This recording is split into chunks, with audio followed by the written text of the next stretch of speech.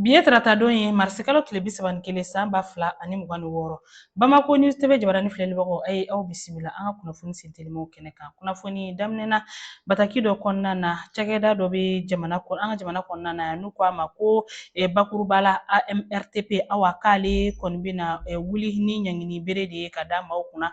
Maa minnu bɛ yen n'olu ka baara ye min ye subahana mansi min ni dɔw b'a dɔn wifi la wifi zone n'a a bɛ bɔ jamana wɛrɛw kɔnɔ ka don Mali kɔnɔna na yan nɔ ni a jirala k'a fɔ kɔlɔlɔ caman de bɛ a la. U ko a feereli ma daga AMRTP ko kangarida bɛ a bolo ka ɲɛsin nin feerebaga bɛɛ lajɛlen ma. Awa ko ni maa o maa tɛgɛ tara a la ɲangini na taga ɲɛsin i ma Mali kɔnɔna na yan nɔ. Alisa an bɛ to ni Mali kunnafoniyaw ye baro lasigi ani kunnafoni di dɔ senfɛ an ka sɔrɔsiw ka kunnafoni lase cakɛda o ɲɛmɔgɔ ni o ye ayiwa Sulemani Danbele ye DURPA ɲɛma a y'a yira k'a fɔ tɛnɛndon marisikalo tile 30 san 2026 kibaruya kolon minnu ni olu bɛ ka kolongolo ka jira k'a fɔ bɛnkan dɔ bɛ an ka fanga ɲɛmɔgɔw ni bamaciw ni ɲɔgɔn cɛ ni o ye kojugukɛlaw ye ko kibaruya in tɛ tiɲɛ ye fiyewu. Olu ye ayiwa baaraw ye baara minnu ni a bɛ ka kɛ walasa ka se ka awa an ka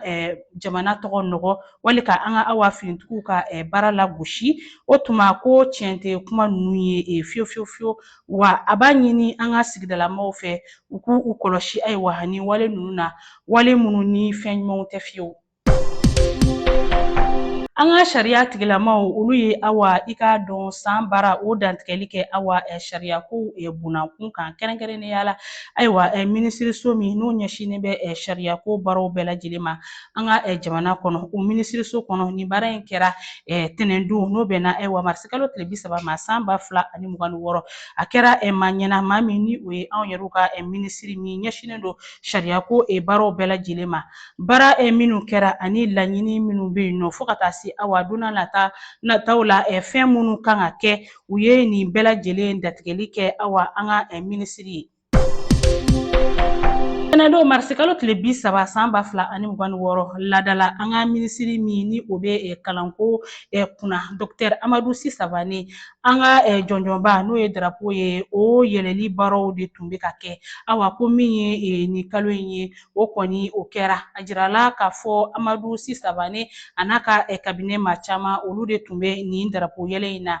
a kun bɛ min ko fɔ o ye fasoden ɲumanya ani an ka jɔnjɔn bonyani de ko fɔ.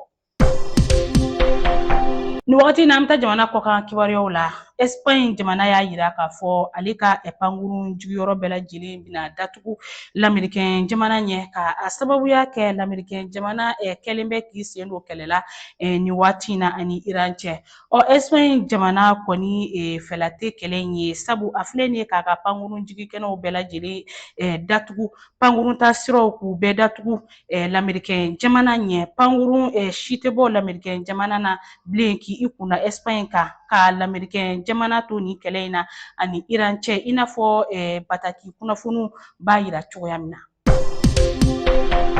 Halisa an bɛ to jamana kɔkanna kibaruyaw la